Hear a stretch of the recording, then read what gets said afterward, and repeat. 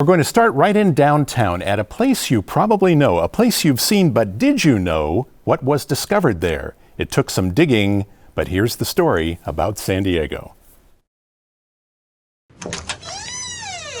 In the basement archives of the County Administration Center on Pacific Highway, surrounded by relics of San Diego County's past, is where photographer Suzanne Bartol of the County News Center and I found Jay Johnson at work. Right now, Jay is going through boxes of little things that people threw away a long time ago, all of them dug up from just one place and meticulously cataloged. There's over 1,400 entries here. Hammer, brick, doll, shoe, boot, doorknob, plate, pot, shell, vase. And where do they all come from? At the corner of Cedar and Kettner streets is this 10-level parking structure. On weekdays, county employees park here. On weekends and at nights, it's a little Italy landmark in colored lights.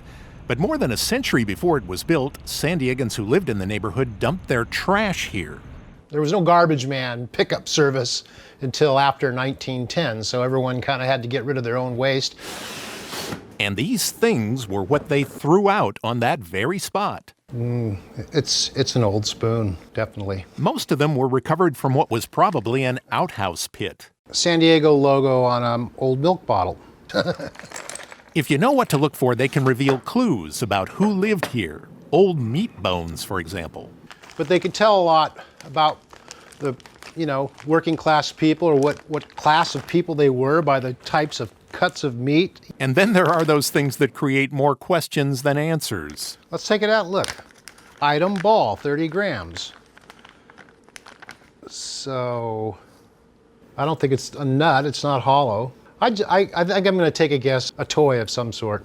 By comparing what was used and thrown away with census records and other data, a picture begins to emerge of an incredibly diverse community in that part of Little Italy. More so than today. There was all sorts of races and colors and creeds of people. As construction crews began to excavate for the new parking garage, archaeologists were on site to carefully monitor, remove, and catalog anything that turned up. The result was more than 10 boxes of everything from bottle caps to doorknobs.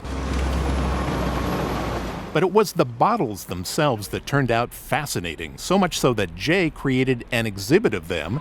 They're on permanent display at the parking garage on the street level by the elevators.